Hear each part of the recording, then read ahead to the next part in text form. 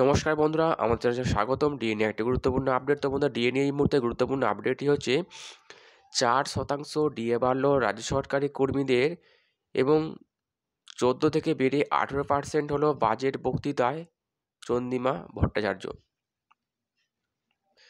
তো বন্ধুরা, ডিএ সংক্রান্ত আপডেটটি নিয়ে আমরা স্টেপ বাই স্টেপ আলোচনা করব। তো অবশ্যই আপনারা ভিডিওটি স্কিপ না করে অবশ্যই পুরোটা দেখবেন। তো তার আগে বলে রাখি, যে সকল বন্ধুরা আমাদের চ্যানেলে নতুন, আমাদের চ্যানেলটির পাশে সাবস্ক্রাইব করার পর পাশে যে বেল আইকন সেটিও প্রেস করবেন। লেটেস্ট ভিডিও আপডেটগুলি সবার আগে পেয়ে যাবেন। দেখে নেব আজকে ডিএ সংক্রান্ত গুরুত্বপূর্ণ আপডেটটি।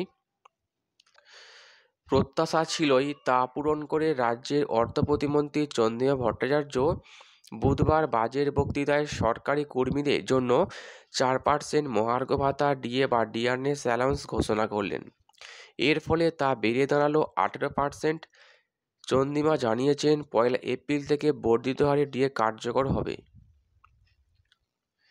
2026 সালের বিধানসভা নির্বাচনের আগে এবারের বাজেট মুখ্যমন্ত্রী মমতা বন্দ্যোপাধ্যায় সরকারের শেষ পূর্ণাঙ্গ বাজেট।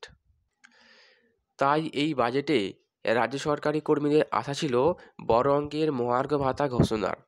তাদের অঙ্ক ছিল বিধানসভা ভোটের কথা মাথায় রেখেই আসন্ন বাজেটে বেশ কিছু নতুন প্রকল্প ঘোষণা করতে পারেন মুখ্যমন্ত্রী মমতা বন্দ্যোপাধ্যায়। এছাড়াও রূপশ্রী, কন্যাশ্রী, লক্ষ্মী ভাণ্ডারের মতো প্রকল্পগুলিতে অতিরিক্ত অর্থ বরাদ্দ হতে পারে। তার ভিত্তিতেই সরকারি কর্মীরা মনে করেছেন, তাদের মন পেতে বাজেটে বড় অঙ্কের ডিএ ঘোষণা করতে পারে সরকার। সম্প্রতি প্রধানমন্ত্রী নরেন্দ্র মোদীর সরকার কেন্দ্রীয় সরকারি কর্মীদের 8ম পে কমিশন ঘোষণা করার পরে কেন্দ্রীয় সরকারি কর্মী এবং পশ্চিমবঙ্গ রাজ্য সরকারি কর্মীদের বেতন এবং ডিএর মধ্যে পার্থক্য উল্লেখযোগ্যভাবে বৃদ্ধির পথে। তাতেই ডিএ নিয়ে দীর্ঘদিন ধরে আন্দোলনরত রাজ্য সরকারি কর্মীর সংগঠনগুলির দাবি আরও জোরালো হয়েছিল।